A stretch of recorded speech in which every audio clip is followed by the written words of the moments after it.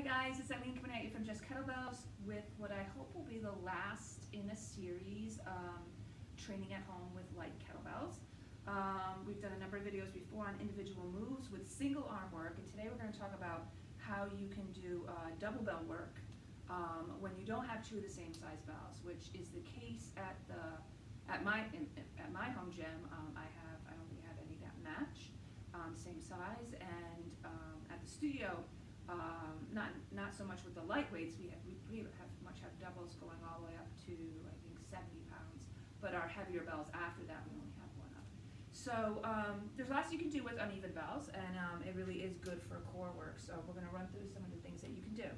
The first thing that you can do is actually just even up the bells, which we do at the studio a lot with our heavier bells.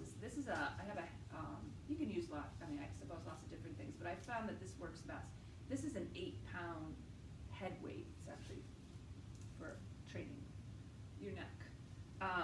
But I got this, and I have a 5-pound one as well, to help even up bell sizes. So the difference between two Russian-style kettlebells in the kilograms is about 9 pounds. So this is 8 pounds. So that very much comes close to evening them up.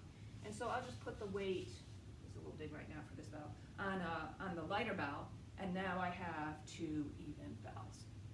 So the weight feels evenly distributed. Good for deadlift.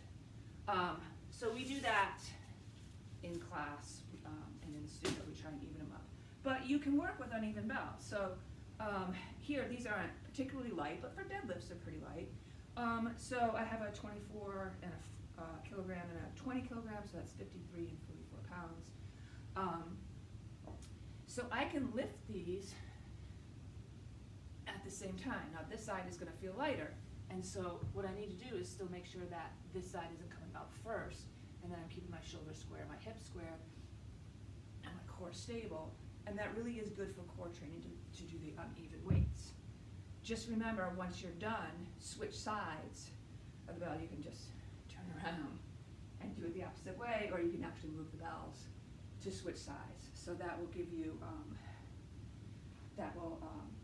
the same, the same weight on both sides. So the other thing that you can do is for deadlifts is you can do alternating with two different sizes. Again, one side is going to feel lighter because it is lighter, and just try and keep this core stable, and then again switch the bells when you're done. Lastly, what you can do is attach the bells together, similar to how we just put a weight. So if you had a way to safely attach these bells, or maybe a heavier one with a much lighter one, you could do that. I don't necessarily recommend it, but I've done it before. You can take a bell and then bring this up and duct tape them together, and then you just have to unduct tape them. It's not the best solution. I've done it in a pinch when I haven't had bells. It will force this grip to be much wider, which is going to take that part of your strength away. So you can experiment with that. It's not the greatest solution. Then you can go to, we're going to move on to swinging. So that was for deadlifts. We're going to move on to swinging. And so for swinging, in other double bell work, say I have, I'm going to just pull I have a 15 and a 20, which isn't a lot of weight. I don't recommend what I just said as far as stacking the bells, but again, I've done it. If you can really safely tape these together, you could probably swing them together. But with any of the ballistic work, I don't really recommend duct taping the bells together. It's just, a bell could fly off, and that's just not safe. But what you can do is you can swing double bells with two different size bells.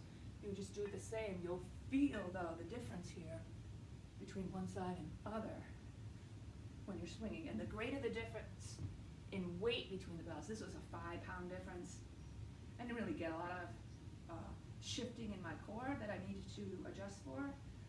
But if you go up to like a 10-pound difference, you will really feel that when you're swinging. Again, then just switch them so that you're doing even sets and giving the same work to both sides. So you could do this for swings, for cleans, for presses, squats. I've never done it for snatches, but I suppose you could if you went with really light bells. The other thing you can do as far as some for presses is you can use that same kind of alternating technique that we did with the deadlift and press heavy on one side and light on the other.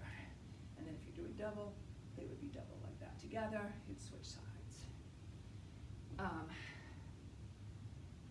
So next we're going to move to, so that was, we did deadlifts, we did double bell work, so for swings, cleans, presses, squats, and snatches.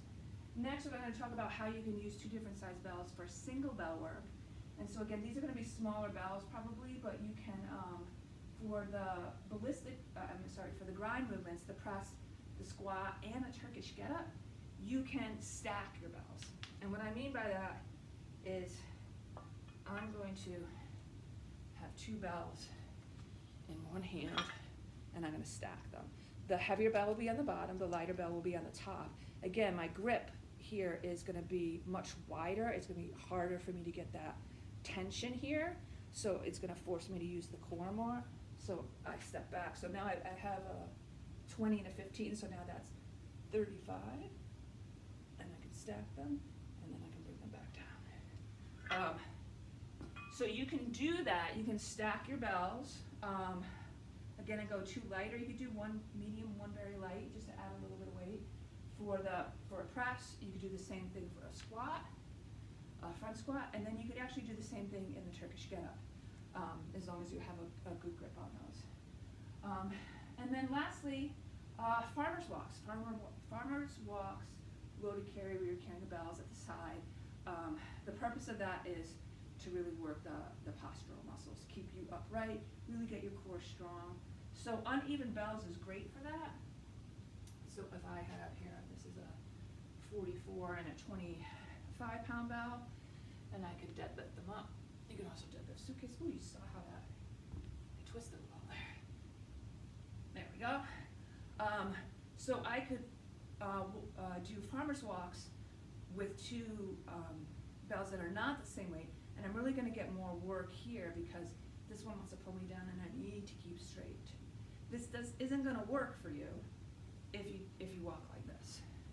So we want to make sure when we're doing farmer's walks with uneven bells, or really even just 1 bell, that we're straight, that this is the point of the exercise, is really pull yourself up straight. Now, if the bells that you have are too light, you could try and work this, add a little extra by doing like a balance beam type of thing, where you try to stay on. If you don't have a balance beam, just use a piece of tape. Or then you could add a step, over, step, and over, or just up and down. Anything to add a little bit if you're feeling like this is too light. Although, I'll tell you, just these 2 bells are not too light because they're getting heavy already. So I'm going to set them down and back up. And so that's it. That's a good amount of stuff to do with 2 different size bells. We're actually going to explore a little bit of this and some of the other stuff that that I've posted videos on in this light kettlebell training series for our first Zoom class on Saturday, which I'm looking forward to, but it's definitely going to be a different way for me to teach. I'm usually very hands-on, and I know I said I wasn't going to do the video classes, but I really do miss my people and I miss teaching, and so we're going to give it a try and see how it goes. And it may even open up the door to more people to come and see what just kettlebells is about, what kettlebell training is about, that wouldn't normally be able to come to our class in Bloomington. We are one of very few places that have kettlebell classes in Central Illinois. So wherever you are, you can join our Zoom class. And again, I appreciate you watching. Please stay safe, take care of each other, and be well.